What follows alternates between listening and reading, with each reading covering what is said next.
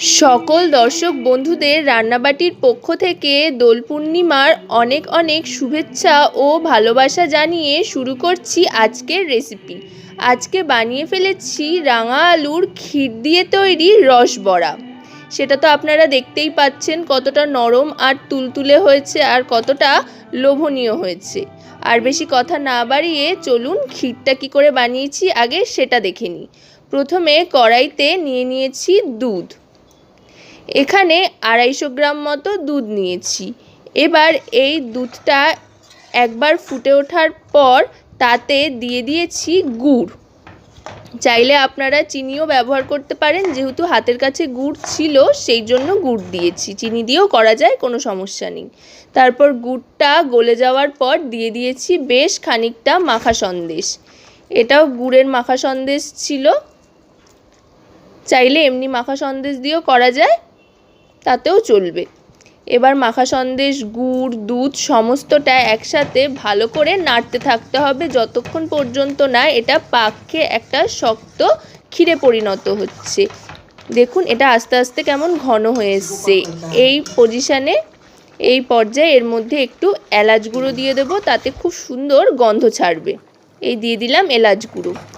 আবার এটাকে খানিকক্ষণ রান্না করে নেব যাতে এটা আরেকটু শুকিয়ে আসে। ব্যাস, ক্ষীর বানানো আমার কমপ্লিট, তৈরি হয়ে গিয়েছে ক্ষীর। এবার নিয়ে নিয়েছি রাঙা আলু। রাঙা আলুগুলো ধুয়ে পরিষ্কার করে আমি ছুলে কেটে নিয়েছি।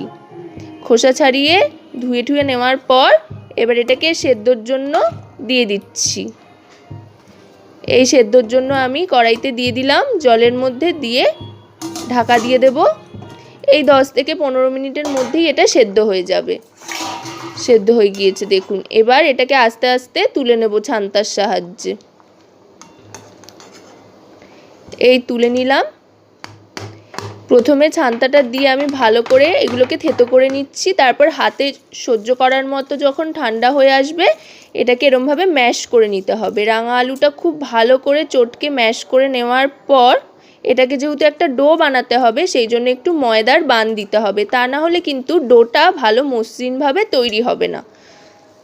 এরমভাবে অল্প অল্প করে ময়দা দিয়ে প্রয়োজন মতো মাখতে থাকতে হবে। মাখতে মাখতে একটা খুব সুন্দর মসৃণ ডো বানিয়ে নিতে হবে। এই আমার ডো তৈরি হয়ে গেছে। এই ডোটা থেকে এবার আমি মাঝারি সাইজের লেচি কেটে নেব। ওই লেচি কাটাও হয়ে গিয়েছে। এবার মিষ্টিগুলোর আকৃতি দেওয়ার জন্য হাতে খানিকটা তেল মেখে নিলাম।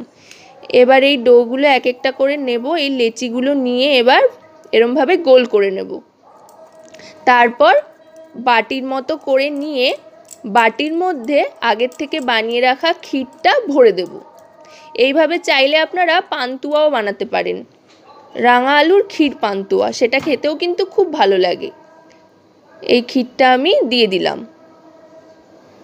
দিয়ে এবার মুখটা বন্ধ করে দেব। ক্ষীরের পরিমাণটা একটু বুঝে দেবেন যাতে ফেটে বেরিয়ে না যায়, সেদিকে লক্ষ্য রাখবেন। পান্তুয়া বানাতে হলে গোল করবেন, আর যদি এরকম রসবড়া বানাতে হয় তাহলে গোল করার পর আলতো করে দুটো আঙুলের সাহায্যে একটু চেপে দেবেন, তাহলেই দেখবেন খুব সুন্দর রসবড়ার আকার নিয়ে নেবে। এই আস্তে করে আমি প্রেস করে দিলাম, তৈরি হয়ে গেল। এইভাবে সবকটা তৈরি করে এবার আমি সাদা তেলে ভাজতে দেব। তেলটা লো টু মিডিয়ামে রেখে ধীরে ধীরে ভাজতে হবে। ঘিয়ে ভাজলে তো কোনো কথাই নেই, চাইলে ঘিও পুরোটা ভাজা যায়, কিন্তু সাদা তেলেও হয়। এবার আস্তে আস্তে ভেজে নিতে হবে। যেই গোল্ডেন কালার চলে আসবে অমনি এগুলোকে তুলে নেব। এগুলোকে তুলে আগে একটা আলাদা পাত্রে রাখবো। সবকটা ভেজে নিয়ে আলাদা পাত্রে তুলে রাখার পর তারপরে একটু ঠান্ডা হলে শিরার মধ্যে দিয়ে দেব। শিরার মধ্যে আমি এলাচ দিয়ে দিয়েছিলাম যাতে খুব সুন্দর গন্ধ ছাড়ে।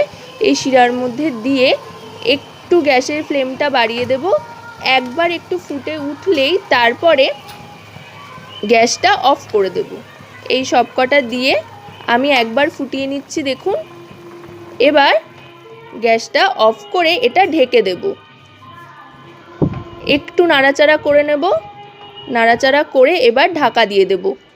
1 থেকে 1.5 ঘন্টা ঢাকা দিয়ে রাখলেই তৈরি হয়ে যাবে নরম তুলতুলে ক্ষীরে ভরা রাঙা আলুর রসবড়া। আজকের রেসিপিটা আপনাদের কেমন লাগলো অবশ্যই আমাকে কমেন্টের মাধ্যমে জানাবেন। ভালো লাগলে লাইক, শেয়ার, সাবস্ক্রাইব করবেন, সাথে পাশে থাকা বেল আইকনটি ক্লিক করে দেবেন।